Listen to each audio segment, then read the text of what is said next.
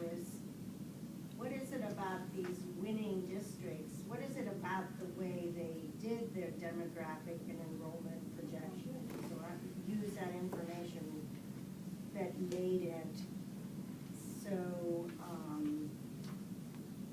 to merit an award? So, I mean, in a way, you're kind of laying out some of the criteria we're looking at, but it's, you know what I'm saying? We want to see how this or that can put into play. Oh, absolutely. And a lot has to do with how it's pulled together and how it's presented. How it's used. How it's implemented. Yeah. So the comprehensive review of our district facilities also takes into consideration the work that we've done here in the district. And we have done a lot of work already on our schools, which includes the modernization and replacement of schools that have been previously modernized, and schools that have been completely replaced and rebuilt. And then long-term Proposition 39 facilities requests, we need to look at that and considering our facilities plan.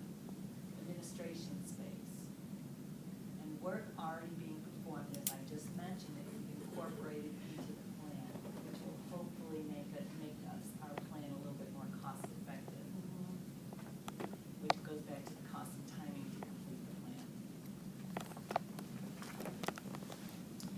So in looking at those four best practices, award-winning facility master plans, I kind of put together this prioritization process that could be used or not used by the district, but it's here to kind of show you what other districts have done. They've created a prioritization subcommittee, which included members from the public and then maybe members from the CBOC and principals and those types of folks. They established guiding principles. Then they define the priority categories, such as the enrollment or condition, all those criteria that we've talked about before. The subcommittee did that. Yes. Working subcommittee. Yeah. They created a scoring system in their projects. So each one of the criteria, they actually had a little score and then was able to rank. Went out to the community to get input on what they were doing. And then went to the various subcommittees, facility subcommittee, CBOC, and then Board of Education input. So that is a process that I saw in most plans.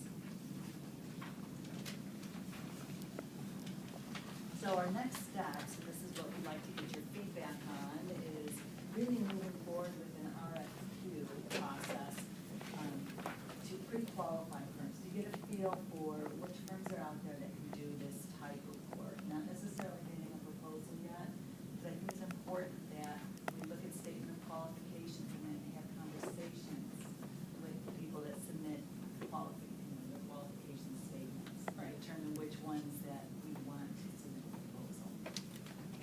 And then request the proposal, maybe to the top 3 or 5 firms after we've looked at the qualification statements. Right, so obviously these folks have firms do theirs, right? Yes. Right. So there are firms that are familiar with the best practices and how to do this. And then move forward and with the facilities master plan, incorporating what we've already done, the work we've done, and hoping to have something at the end of the year which is very optimistic. What we've looked at, and typically the long-range facilities master plans have taken at least a year, but I hope we can work with the teams and get it done more quickly. And I think with the work that we've already performed in the district and our facilities, we might be able to, because the condition assessment is really what takes the longest. Right, we're further along on that. Exactly. Okay, that's a very thorough report. Have we got comment, public comment on this? Mr. Garrett?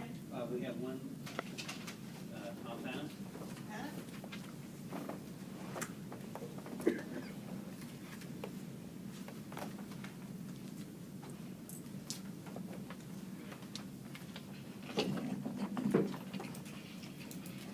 Good afternoon, Chair Cronenberg, Trustee Block, and District staff. My name is Tom Panis, and I live at 7345 Fairmount in El Cerrito. I'd like to thank Super Assistant Malone and the rest of the staff for its continuing efforts to move the bond and construction program forward. I endorse the idea of a facilities master plan. However, I don't feel the steps outlined this afternoon are enough. When I say enough, I mean enough to restore the confidence of the public in the process. More importantly, I don't feel that taking these steps alone will be sufficient to get the public to approve another bond measure. Specifically, I feel we need to perform a more complete audit of the bond and construction program. This includes the cost per square foot of buildings we're planning, the way that we manage construction, the way that we prioritize projects, and the process surrounding change orders as a start. We need to regain the confidence of the public.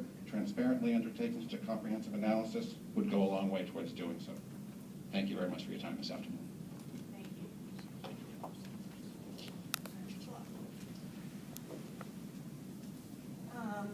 Thinking about the comments made by Mr. Dennis, there's no reason why something like that couldn't be done concurrently with this process. Is that true? That's correct. And another opportunity that I think with regard to the internal controls which we talked about before is that we're going to be bringing forward the agreement on procedures that we can actually, which are done by the outside audit firm, we can actually ask them to do additional work also. So that's an opportunity. Right, right, and that would include the change orders and internal controls conversation. And that can occur concurrently. I think previously there have been some concerns about having a firm do that at the behest of the district rather than at the behest of the school board, which is something we can discuss further. But to the point now with the subcommittee, I think it's a good idea. I think we would want to be careful that we didn't get such a large group that it would be hard to make decisions based on some of our experiences with the CBOC. And yet I do think that it would need to be large because of the number of people that would need to be included. But on the whole, I think it's a good idea, and I like the idea of having a numeric rating system assigned to the school priorities.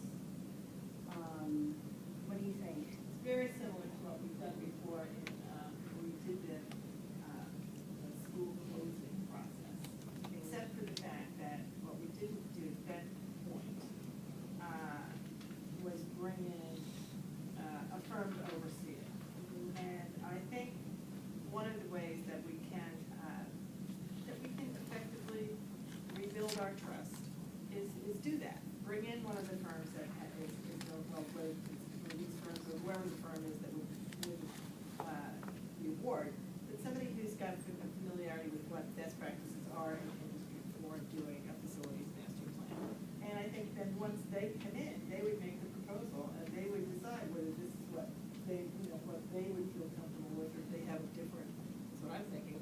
Not that they would have to exercise this particular process, but if they have one of the processes they've been effective, they find effective, it would be part of the conversation around whether who we're gonna hire.